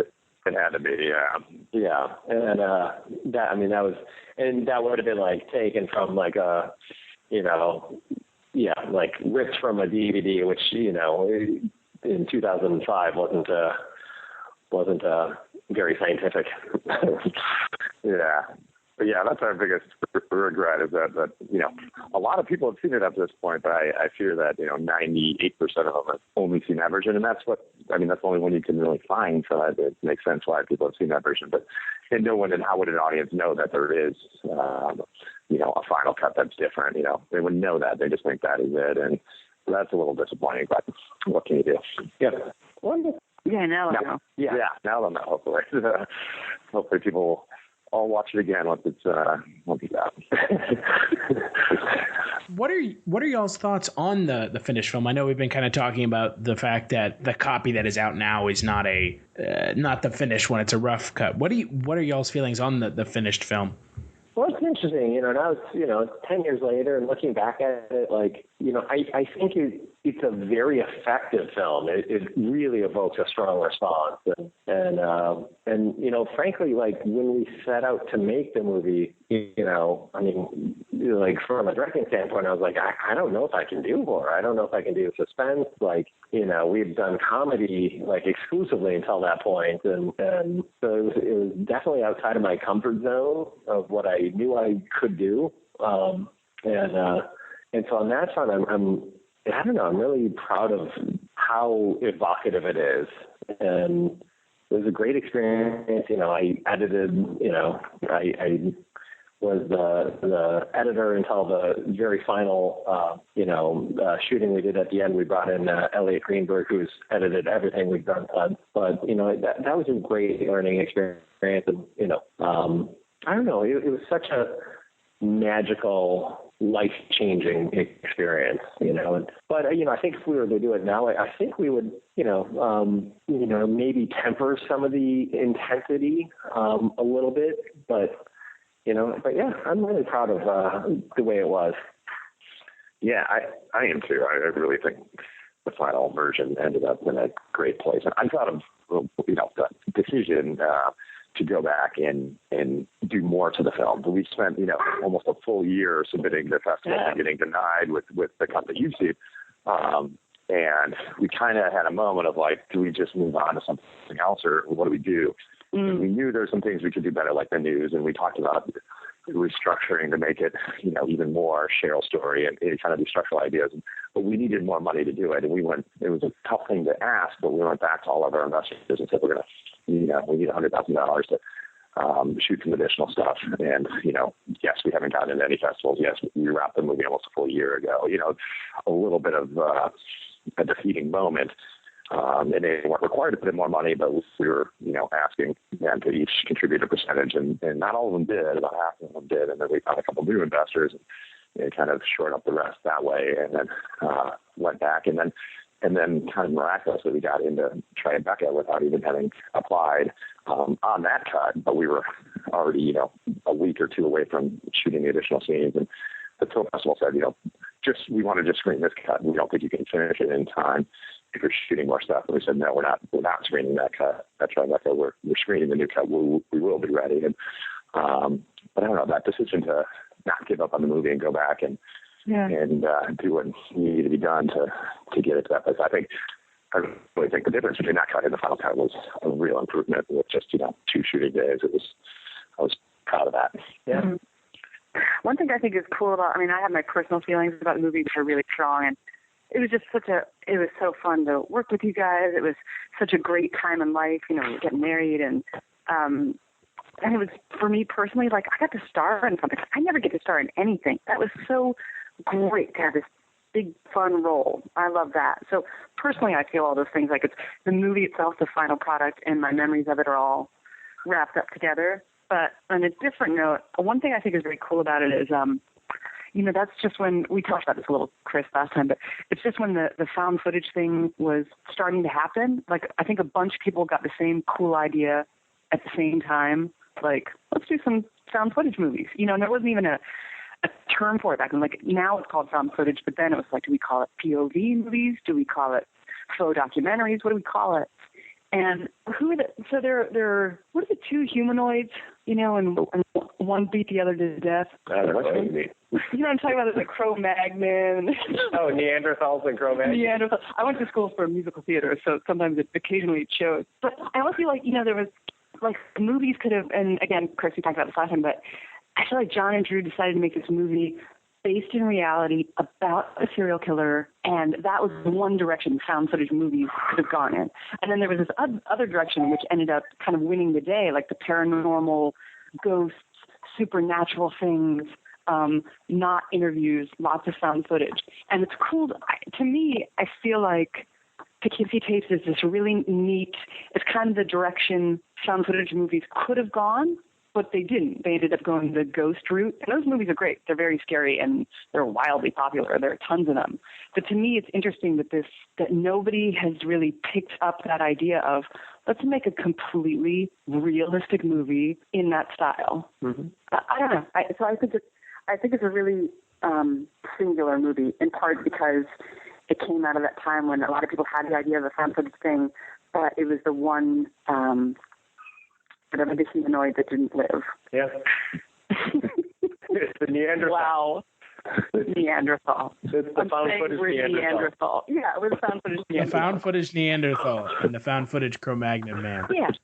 I mean, to your point, I don't think anyone has really done what y'all did with the Poughkeepsie Tapes. I mean, I don't think anyone has aped it. I mean, everybody apes everything, right, to some extent. But I think, and this is something Stacy and I talked about last time, I think that the closest thing to what you guys made is essentially what Investigation Discovery shows to some extent on TV. Yeah. Y'all's film just goes one step further, which is why it's so great. But I don't think I think that when the film gets eventually re-released, which it will, I would like to believe. But at the same time, I like that it's kind of this little kind of secret club of people that know what it is. I think it'll be a huge hit because people will be like, I've never seen anything like this before. That's cool. And that was my reaction when I first saw it, was like, I've never seen someone take an idea that's so simple but do it so well. Well, thank you. Thank you. Well, that's you. Oh, I got to say, going back a little bit, like one of the films, speaking of like how it's a little different, like one of the films that was a real inspiration was the film Tarnation. Which, remember that? Like, it was this guy made it on iMovie for like $200 based on his own like footage and stuff, and it really felt like you're going insane as you watched it, and we really tried to evoke that, and that is something I feel like most found footage movies go scary and stuff, but none of them like make you feel like you're losing your mind a little bit as it goes on, and I'm proud of that. I think that's pretty cool. Yeah, we actually went out and got the same sound designer as Tarnation for that reason. But yeah, I totally forgot about Tarnation. Good one. Yeah, but thank you. That's really nice of you, Chris. When you guys took it to the festivals, what were the reactions that you guys were getting from the festival goers and the people who were there who had seen the film? We got really strong reaction. Like it was funny. Like day one, we sold out. Day two, we sold out. Day three, there was like a 3 or 4 hour long, like line of people waiting to get into the movie. Like it just kept expanding, and to a point that I think there was people there like 4 or 5 hours before the last screenings. Yeah, and then they added a big, like, 1,000-person screening at the end. I forgot about that. They actually added screenings, yeah. That was super exciting. It was super exciting to show up for the quality check and be like, what are they in line for? They're in line for our movie. That was thrilling. That was thrilling. That was really like, oh my gosh, like this is connecting, and people really like it evoked a strong response, and I think a lot of people loved it, a lot of people hated it, but it seemed like we got a lot of really good, in that venue we got really, I don't know, it felt very positive. Well, I think a lot of people didn't know what they were watching too. Because remember, there was nothing written about this movie up to this point. There was no. Oh yeah. There's nowhere you could go out online and look it up. In fact, we had planted a ton of things online. I forgot you guys created all those websites. Oh yeah. Yeah. Created all tons of like. The serial killer things where you would add him. Yeah, where you add James Foley, and there was a Wikipedia entry called the Poughkeepsie Tapes that John wrote. Yeah, we were actually on Wikipedia as the real tapes, as the real killer. We had that on Wikipedia until they discovered us and took us off. But they didn't take us off for like probably 6 months or more after Traffic. There was a real online presence, indicating that these tapes were real and that this killer was real, or at least the guy that they executed for the killings was a real guy. And, so there's enough. Anyway, so people were, a lot of people at the end of the movie, weren't sure if they just kind of, watched, a snuff film. And so a lot of people remember there was a Q&A. There was a Q&A where a lady got up and she goes, "How is this any different than a snuff film?" And we were like, "Well, actually, it's fiction. It's fiction." And they're like, and we heard this like audible gasp from the crowd, like, "Oh, good." Yeah. We brought Stacy up there for the Q&A after a couple of screenings with us, and people you saw some people just like jaws drop when they saw Stacy, and they looked down at her hands and see she has both hands. It was an illusion. It's a green mitten. There's a lot of people when the credits rolled and we walked up to the Q&A were like, "Wait, what the fuck did we just watch?" So there's a confused reaction for sure. That's why I kind of like the fact, even though I wanted it to go out wide and I was sad when MGM pulled it, really sad, I am glad that it's trickled out the way it has, because I think the movie plays so much better when people don't really know what it is and when they come to it in their own terms. It's sort of like an initiation, almost like what are you doing this weekend? As opposed to having it shoved down their throats in any way. Like when it was going to be wide released, and when it sort of became like, we expect you to like this, people really reacted against it strongly. Like, I'm not going to like it. I think some movies are great to go wide, and people are delighted to have them pushed down their throats, and this is just, I think, not one of them. I think it's Fast and Furious, to release that wide, absolutely. But this, Drew and I kept saying, don't you want to platform this and start in 3 theaters and then build to 10 and then build it, build it as a grassroots, oh, dude, do not see that movie, it'll fuck you up. We really wanted that kind of a, and MGM, they were initially talking over 2,000 screens opening weekend, and we're like, I don't know that this is the right way to do this. Yeah. I think a lot of the same people who really like the movie now, if they saw it, at midnight with their friend at home, I think a lot of those same people would not have liked it served up in that setting. Yeah, especially when the marketing campaign was a bit, they were saying, we're not saying it's real, we're just not saying it's not real. But the marketing was really trying to, lean in the direction of this is a real movie. And I think, we had the benefit of Tribeca of just being able to put it on a screen and having no knowledge out there before, which is neutral. The neutral mindset is absolutely the best case for us, where if you have, kind of studio level marketing coming at you saying this is a real movie about, you can do that with Paranormal Activity or something that's about a ghost or, I think people find that fun. Yeah, and that's a ghost. It's not, a real life murderer. It's not child murder. There's no child murder. Not yet. I'm pitching them next week. I think people do not like to be lied to. I think everybody thinks they're the smartest person in the world, especially when they're online, and it just makes people so angry. Like, you're trying to pull a fast one on me. I don't when it came from a neutral place, it was more lighthearted and fun, and it just kind of added to the mystique. But when, it tipped over into people being angry about it, backlash of I'm not a dummy, you're the dummy. Yeah, no, and we saw that, firsthand. We had a screening at, Perlmutter that we were in the middle of shooting Quarantine, so I went on a Saturday, and we figured it was a little dangerous to have John being the director, getting on a plane and leaving for the weekend. So I went down alone, and we were last-minute addition to Perlmutter at the Alamo Draft House in Austin, and I remember the film was introduced. This was not, no one told us this. And MGM basically said, they sent an MGM guy with me actually to, make sure I didn't do any Q&A, didn't go on record saying anything about the movie. But it was introduced as a documentary, as a real documentary to a very sophisticated audience. And that introduction, I remember right when it was made, I had this thinking feeling of no, this is not That's not what you can't do that to this audience. They're gonna, they know better, and they're gonna feel like you just lied to them at the introduction, and that's exactly what happened. And it had a pretty negative reaction there because of that introduction. I think where if they just let it roll and didn't say anything about it, I really believe that it would have been much more warmly received there. So that was kind of the litmus test right there. What it does when you tell someone a lie, going to the movie. Although they're nice guys and they apologize for it afterward. Like, totally. They're super cool guys. Yeah. It was. I think the intention was to kind of make it fun but it had a much stronger reaction, I think, than intended. So the intention was not wrong. It was just we weren't aware of it, and we would have had reservations about it. Well, and I mean, even on Wikipedia, it says it's a documentary-style horror film. It's not even found footage. So I can imagine kind of people being upset that they're having one put over on them.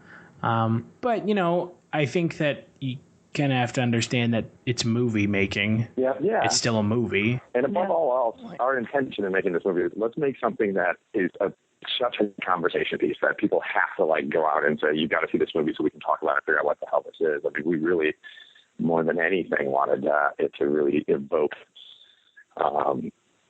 heated conversations, and it did. Yeah. And it really, everything that we've done since, career-wise, is based on that movie. That movie, it changed our lives dramatically. It did. Completely. What I was going to ask, I mean, obviously the film has never, it's on Epix, but it never got the theater release, yet it has kind of bolstered the careers of everyone involved. How do you feel about that being the case? At the end of the day, really that's the one thing you want out of any movie is that, it helps you, get another movie or get more work. And I mean, frankly, I love the work. I love the day-to-day job of working in film and writing and directing and, editorial and everything. I just love the work. And so really at the end of the day, it's once the movie is done, as long as you get to keep working, it's a win. And this movie took us from, frankly, amateur filmmakers to professional filmmakers. And not amateur, I'm not judging quality or anything, but we were not paid filmmakers before the Poughkeepsie Tapes, and since then we've made, our living as filmmakers, and so that was, I don't know, that was really, that's really life-changing. It's really life-changing. That was a, I had health insurance for the first time, just things like that. It went from just destitute poverty for a decade to, Or you always had a day job. Until we were 33 or something. You always had a day job, and then Poughkeepsie Tapes sold, and then you've never had a day job. Yeah. And that's the greatest thing of all. That's to actually get to do what you want to do. I mean, I think that's what you love. Yeah. And that's the biggest possible dream, I think, as an artist. Yeah. So I feel like we owe Poughkeepsie Tapes everything. This is the movie that changed it all. Yeah, I mean, just to put it in, sort of a timeline context too. I mean, we premiered Poughkeepsie Tapes at end of April, beginning of May was Tribeca Film Festival, and August 1st, or right around August 1st that year, we were in pre-production on quarantine. So we were, had offices at Sony, and we were building that apartment building on a stage, and that was 3 months after our premiere. Yeah. That we, and in that time, we wrote a script, we pitched everyone, we pitched Sony, they bought it, and there's a whole lot that happened in those 3 months just on quarantine, but it moved that fast. And so, then at the end of the year when MGM pulled it, it was very disappointing, but it was how could we not look at that movie as totally life-changing, and it did everything for us that we needed it to do. And it was disappointing it didn't come out, but man, we're so thankful we did it, Yeah, and it helps a lot that we were in post-production on our, on quarantine, when the plug was pulled, where I was like, okay, at least we have another movie in the can, another movie coming out. And then actually we got Devil based on the Poughkeepsie Tapes. Night Shyamalan had seen the Poughkeepsie Tapes, and he's like, I want these guys to do Devil. Yeah. So we got our first 2 studio movies based off the Poughkeepsie Tapes. It's I don't know. It just has it was our family, like, it was me and Stacy and Drew and Steve Chbosky, Stacy's brother Steve was one of the executive producers, and it was like our circle of friends and like people. I mean, it was I don't know. It was one of the best experiences I've ever had. Doing anything. Me too. Yeah, we've used some of the. Our editor, we've done now 5 movies with, the guy who came on tail end of the Poughkeepsie Tapes, and, our costume designer for that movie we used on 2 more movies, and, our composer we used on another movie, and, like, we've really built a lot of our, film family really from those days. Yeah. Have y'all spoken with people kind of in the industry about the film and maybe have seen it? Stacy we talked a little bit about it, but I'm curious, John and Drew, is that something you guys have noticed or talked to other people about? I feel the first 2 years of even still, like I Drew was out of town, and we did a screening of No Escape for the Academy, the Academy of Motion Picture Arts and Sciences. We screened it there, and literally on the way into the screening, the guy was like sort of shepherding me around, turned to me and said, "I love the Poughkeepsie Tapes." It's like it has this like kind of like I don't know. It's still something that comes up very often in meetings and stuff. When people have seen it, that is where they start the conversation. That's the movie they start with talking about, and so yeah. And I feel like the first 2 to 3 years of meetings, like everyone, all of those meetings were based on they had seen the Poughkeepsie Tapes and wanted to meet us. And that really opened a lot of, I don't know, it sort of introduced us to the world in a way. It's like a nice icebreaker at cocktail parties, too. Oddly enough, there's a lot of cocktail parties, serial killer banter,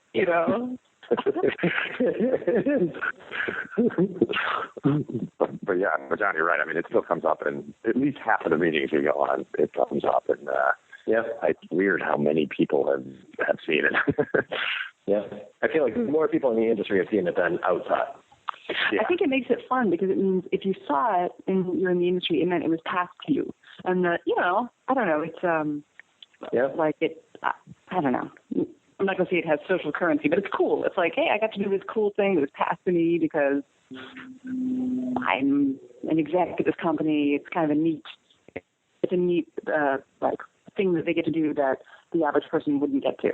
Yeah. Since the film is a horror film, and we're talking about horror films this month because it is October, are y'all fans of the horror genre? And if you are, do you have a favorite film or set of films that stand out to you as ones that you particularly enjoy? We are fans of the genre. I would say I love going back. Like I'd say The Shining is my probably my all-time favorite movie of any genre.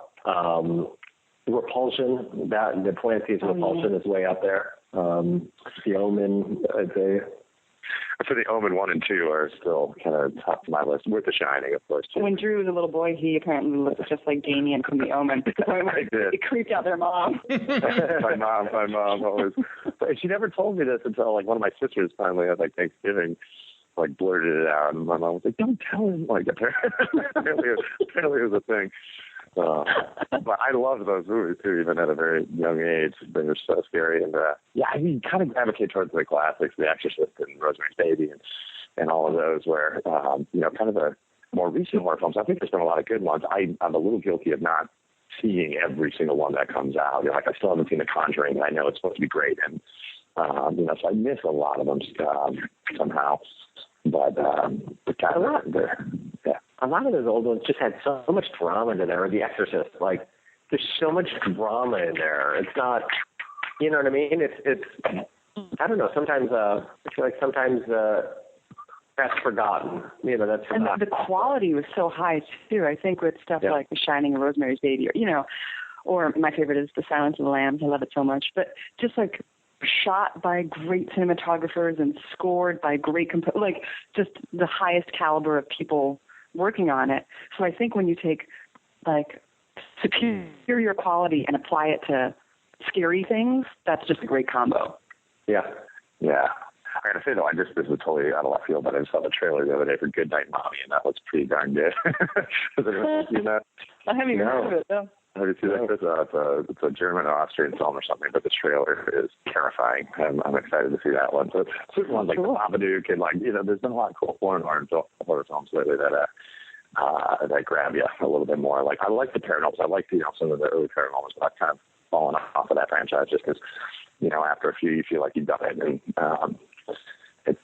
I tend to get a little less interested with it. They feel like they've done it too. I mean, they're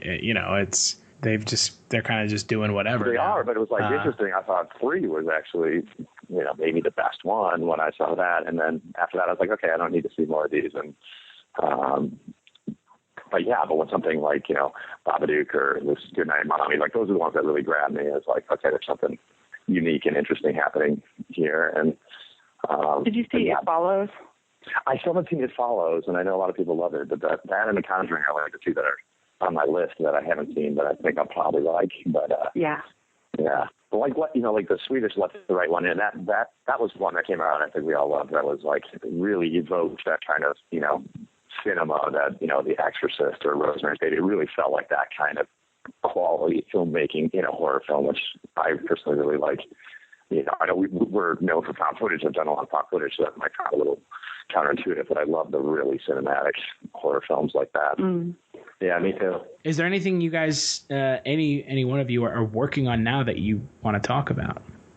We can talk about one thing. We have a handful of things that are moving forward, but we were unable to talk about any of them until recently. But one of them just had a press release. It's called 6 Minutes to Freedom. And it's a very cool true story thriller about an American prisoner in Panama in the late 80s. He was a dual citizen American Panamanian who was working to take down General Noriega. And, by starting a pirate radio station, and he was caught and he was imprisoned. And that's kind of the setup.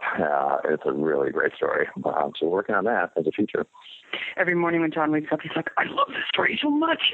I think the script is going well. Yeah. Hey, if this airs by October 21st, I have a really good small part on Code Black. So if it's out by October 21st, that's when it's on TV. Oh, cool. Yeah. But we've got a couple things on TV right now, and one other feature aside from that are all jamming. And kind of new stuff popping up every day. So we'll see what's next. Yeah, and Stacy's about to go out with a book. Yeah, I wouldn't be surprised if we could go out with it like next month, maybe. I just got the last set of notes, and they were really, really minimal. So yeah, so I have a book called The Fame Factory, a young adult novel. So hopefully, that'll be in bookstores soon. Exactly. It would be a good TV show, like a really good TV show. It'd be amazing. It's a good TV show. Yeah. All right, big thanks to John Erick Dowdle, Drew Dowdle, and Stacy Chbosky for sitting down and talking with me. Stacy, again, for sitting down and talking with me about the Poughkeepsie Tapes. We've talked a little bit about these kind of movies that bend the genre of horror. And this movie, I don't even know, would you consider it a horror movie? Honestly, watching through, I wanted to say no. I mean, it's horror because of what the content is just so horrific. But as a movie itself, it's kind of like, it almost feels... It's about as horrifying as the stuff you can go watch on Investigation Discovery right exactly. now. That's what's so weird about it, because it's not it's not like jump scare. It's not scary like that. It's not going to but it's so frightening in the way that they built this character, and like just the story of what happens to, there's a moment in the movie where you think it's over. You think this guy's caught and it's over. And it just gets so bleak it gets worse after that. Like, oh my gosh. But it's not horrifying. I mean, it's not like... That is the absolute worst aspect of this movie. Yeah, man. It just continues. Is the kind of the bait and switch. Yeah. It's about halfway through it. It's so painful. I don't know. I can't... In my heart, I can't say that this is a horror movie because it's not meant to scare you right now. You know what I mean? It taps into your preconceived notions about kind of the world around you. Right, absolutely. It's a different kind of. You got to say it's horror, I guess, but I don't know. It's definitely not your traditional. It's not what I would expect if I were go to see a horror movie. I don't know. It's hard. It's as scary as life is, you know? It's like watching the news or something. I mean, it really is. And I think that is kind of the interesting part about this movie is that the movie is about as terrifying as stuff that you can see on the news. Right. But it's a little bit more explained, I guess. You get to see more than normal. Yeah. And I guess, when you first watch it out of the blue and not know anything about this, which you probably will if it ever does come out, you watch it thinking, oh my God, I missed this. Because they say that the murders happened right around 9/11, and that's when they kind of explain how this story could have gotten lost in other things. And so you can believe it. Like, honestly, if you'll look it up after you watch this movie and think that it could be real, and that's scary, And I don't know if this film will ever get the release that it deserves. I'd like to believe that it will, but I'm not sure that this film really has a built-in audience. That's exactly how I feel about it, because it doesn't. We were talking about this while we were watching it. We were asking if this movie would ever make its money back, and honestly, it's so out there. I've never seen, out of all the found footage movies I've seen, out of all the horror documentaries I've seen, this is the most realistic. And so it just doesn't fit in the same genre, So I don't know. It doesn't, like you said, there's not a built-in audience for it. I've never seen a movie like this. And I think that that's okay. Yeah, I do too. I think it's great. But like you said, I don't know if people are going to see it. Well, they might not see it for a number of reasons. One of those reasons being it just never gets exactly. Well, right. But that might be one of the, I don't know, that could be one of the reasons. I mean, that might have been right. It's been so long for it to get any kind of distribution. I don't know, but I think I welcome stuff like this because I definitely love how it totally flips things over. And it's nice to see people taking risks with the genre. Absolutely. Because that's horror, especially in horror, because we need it. You know what I mean? You get bored with things and it's not scary anymore. Yeah, I honestly don't want to see the same slasher shit over and over. Exactly. Again. And that's essentially what we get, Yeah. And that, that's, it can be good, but sometimes you're just like, I don't want to see this again. Yeah, exactly. And I think that this is a welcome change from what we have been getting in the horror genre. Yeah, definitely. Like you said, I kind of want to see more movies like this, I want to see things like this more often. Yeah, I would too. I would love to see a film that is just, I don't know, you need to take chances with the genre, and this is a real chance. And the fact that it hasn't been released in full, it's never been properly released, is a bummer. Oh, yeah, definitely. Maybe it will finally get a full release at some point down the road, but man, I hope it does. I know, I do too. I feel like if it does, it could be one of those movies that sort of started a new trend. You know what I mean? Well, I mean, there are some other films that are kind of like this, like The Nightmare. Right. Like Digging Up the Marrow, which I spoke with Adam Green about, and that'll be. I like that movie too. That'll be coming out here in the next couple of weeks. I guess that podcast will be coming out tomorrow. Oh, nice! Wow. Yeah. So to me, it's a bummer that people don't take more chances. I get why they don't. Exactly. And the thing is I don't consider it's not mainstream, at least. And the thing is it's not what found footage is now. I feel like if it came out now, I feel like this would be one of the movies that we would go back to take notes on. You know what I mean? So sort of like the way the Blair Witch was, in a way, it's sort of like that, because before Blair Witch, there was still found footage before that. Like the Alien movie. Do you remember? It's like a famous found footage movie about this family that gets abducted by aliens. I can't remember what it's called, but that was. Oh, the fourth dimension, fourth encounter? No, it's like something. It reminded me of like the Poughkeepsie. It's like this family that had a video camera, and they caught this. Signs. No. I just said no to that too. You said no to that way too exactly. But I can't remember. But my point is that there were great found footage movies out before the Blair Witch, and I feel like this could be one of those movies that if this sort of movie. Because I don't expect your average moviegoer to know about these kinds of movies. I don't know. Do you? No. The average moviegoer isn't going to watch this movie anyway. Right. Well, that's true. But even movies like Digging Up the Marrow or The Nightmare, Room 237, that takes a special kind of interest. Yeah. I think it could appeal, especially like Digging Up the Marrow. That's a very mainstream idea plugged into a documentary that one could go mainstream. But it's just hard to get people to sit down and watch that.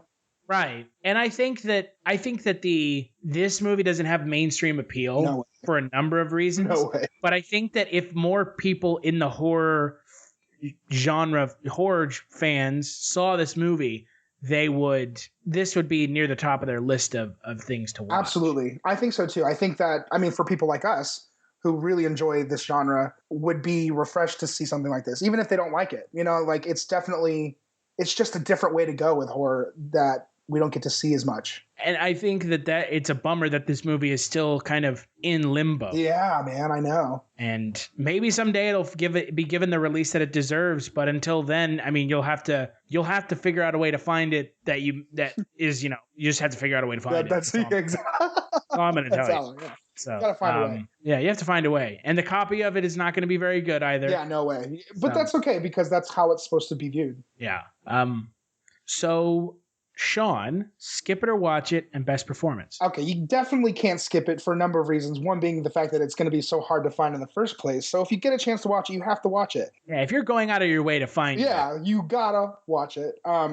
Performance, Stacy made me believe this shit was real. So I gotta say, other than that, I think maybe those interviews were really cool in that some of them added so much authenticity. Like just the first woman, just the realness that she and finding these tapes, that was cool too. So I gotta say, definitely Stacy's number one. But there's some of those characters who maybe have one interview that add so much to the film too. So I don't know, but I'm gonna say Stacy. Sorry. No, I agree. For me, it's a definite watch, and Stacy Chbosky just kills it. She is, along with whoever plays the killer, and again, it's not clear to me who that is. Right. She sells this film in a way that most people can't. Yeah, man. Without going somewhere really, really dark. And just to get that out of her in the first place, that's asking a lot. So just to her credit. And we were kind of vague in our review of this film for good reason. Yeah. Because you should watch this movie. You definitely. And if we talk about it too much, we'll ruin kind of some of the best kind of beats of the film. Oh yeah. And there are some really just horrible beats in this movie. Stuff that you're like, oh my God. There's some like randomly just terrifying moments too. Like when I don't even know who it was that was tied up, but there's just this one, they kind of throw it in there. It's a close up of a girl and you can see like this empty room in the back. And this thing comes crawling down, and it's just, you see, it's like this black, the killer, but he's got like this mask on the top of his head.